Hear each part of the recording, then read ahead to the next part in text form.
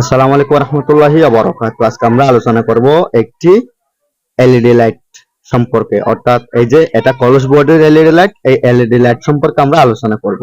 এই বাল্বটি আমার কাছে এর আগেও রিপেয়ার করার জন্য এনেছিল, কিন্তু এটা রিপেয়ার করে নিয়ে গেছে। এখন আবার আমার কাছে চলে আসছে, এটা নাকি আবারও নষ্ট হয়ে গেছে। আবারও যেহেতু নষ্ট হয়ে গেছে, তাহলে এখানে কোন একটা সমস্যা বড় হবে, না হয় কিছুদিনের মধ্যে আবারও কেন নষ্ট হয়ে গেল। ঠিক আছে, তো আমাদের এটা রিপেয়ার করার জন্য সর্বপ্রথম আমাদের চেক করে দেখতে হবে এই যে এখানে যে এলইডি গুলো আছে, এই এলইডি গুলো ভালো আছে কিনা। যদি এলইডি গুলো সব ভালো থাকে, আমাদের ভিন্ন কোনো পন্থা অবলম্বন করতে হবে। ঠিক আছে, তো অনেক সময় দেখা যায় এই মাল্টিমিটারের মধ্যে এলইডি ভালো আছে কিনা এটা দেখা যায় না। তো আপনাদের যাদের মাল্টিমিটার নাই, তারা মাল্টিমিটার ক্রয় করবেন। এরপর মাল্টিমিটার যদি কোনো সমস্যা হয়, ওই মাল্টিমিটারের ব্যাটারি পরিবর্তন করবেন। সো বন্ধুরা দেখেন, এখানে এক একটা করে আমি এলইডি গুলো চেক করতেছি এবং এগুলো জ্বলতেছে। আমি আপনাদেরকে একদম সিম্পলি দেখিয়ে দিচ্ছি। অনেকে অনেক রকম করে দেখায়, আমি আপনাদেরকে বেশি ঘোরাফেরা করে দেখাচ্ছি না। আমি মোটামুটি আপনারা বুঝেন মতো ওই সিস্টেমে আপনাদেরকে আমি কাজটা করে দেখাচ্ছি। সো বন্ধুরা দেখেন, আমার এখানে একটি এলইডি সোল্ডারিং করা আছে, বাকিগুলো এলইডি আবার ভালো আছে, তাহলে পিসিবির কোনো সমস্যা নাই। পিসিবির কোনো সমস্যা নাই, এটা আমরা 100%, কারণ যেটি সোল্ডারিং করা আছে এটি তো সোল্ডারিং করা আছেই, বাকিগুলো তো ভালো আছে, তাহলে জ্বলতেছে না কেন? তো জ্বলতেছে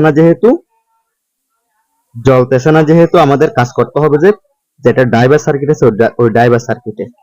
তো আমরা সাধারণত ড্রাইভার সার্কিট রিপেয়ার করি না। যদি ড্রাইভার সার্কিট নষ্ট হয়,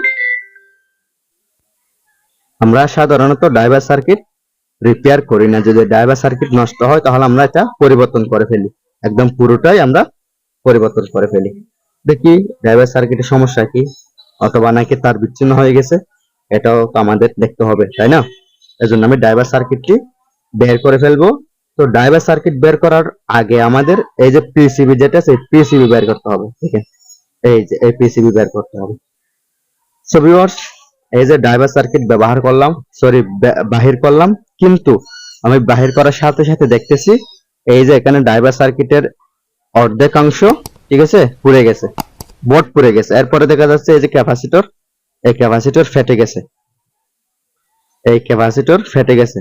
ঠিক আছে, আর সার্কিটটা পুড়ে গেছে। পুড়ে যেহেতু গেছে, এটা রিপেয়ার করে কাজ হবে না, এটা একদম ফেলে দিতে হবে। এখানে নতুন একটি এখানে আমাদের ড্রাইভার সার্কিট লাগাইয়ে দিতে হবে। ঠিক আছে, তো এই যে এরকম যেগুলো সার্কিট আছে, এগুলো নষ্ট হয়ে যাওয়ার প্রধান কারণ হচ্ছে এই যে এগুলো পিসিবির সাথে সংযুক্ত থাকে এজন্য। কারণ এই পিসিবিটা প্রচুর পরিমাণ গরম হয়, একদম হাত দিতে পারে না এরকম গরম হয় অনেক সময়।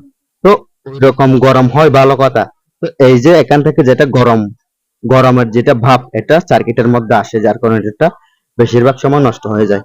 যদি আবার এখানে এইরকম সার্কিট গুলো ইউজ করা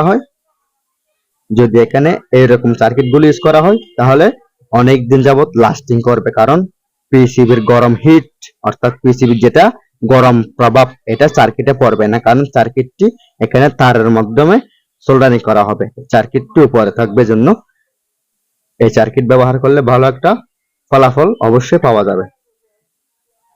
ভিউয়ার্স দেখেন, এই যে আমি এখানে যেটা ড্রাইভার সার্কিট আছে, ড্রাইভার সার্কিটটি এখানে আমি সেট আপ করে ফেলবো।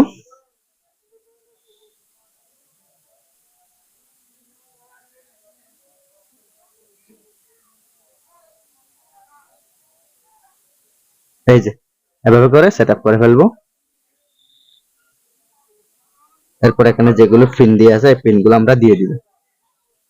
আর এগুলো আমরা পিনগুলো বের করে আমরা হারিয়ে না যায় মতো করে রাখবো, হারিয়ে গেলে কিন্তু আর পাবো না, এটা আমাদের মাথায় রাখতে হবে। তো দেখেন, আমি দুইটি পিন ভালো মতো লাগিয়ে দিয়েছি।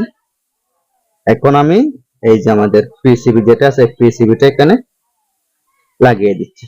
অবশ্যই আপনারা মাথায় রাখবেন, এই পিসিবিটা লাগানোর জন্য বেশি কোনো কিছু করতে হবে না, জাস্ট সমান করে একটা চাপ দিলেই লকগুলো লেগে যাবে। এখানে লক দিয়ে আছে একটা, জাস্ট হালকা করে চাপ দিলেই লকগুলো লেগে যাবে।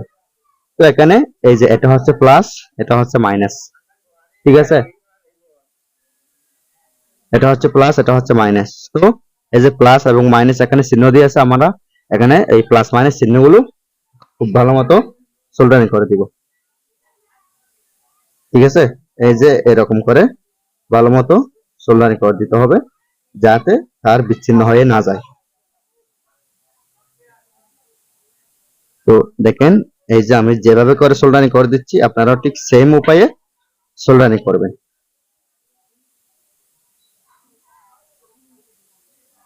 দেখেন, আমি নেগেটিভ আর পজিটিভ চিহ্নিত করে সোল্ডারিং করে দিয়েছি। এখন আমি যেটা গ্লাস আছে এই গ্লাসটি লাগিয়ে দিচ্ছি, এরপরে আমি আপনাদেরকে হোল্ডার দিয়ে চেক করে দেখিয়ে দিচ্ছি।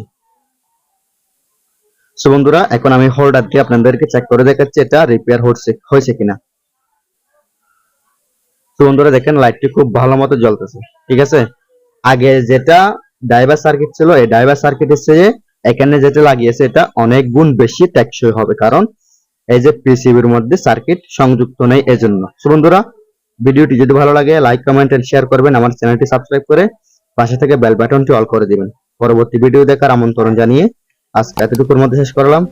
আসসালামু আলাইকুম ওয়া রাহমাতুল্লাহি ওয়া বারাকাতুহু। আল্লাহ হাফেজ।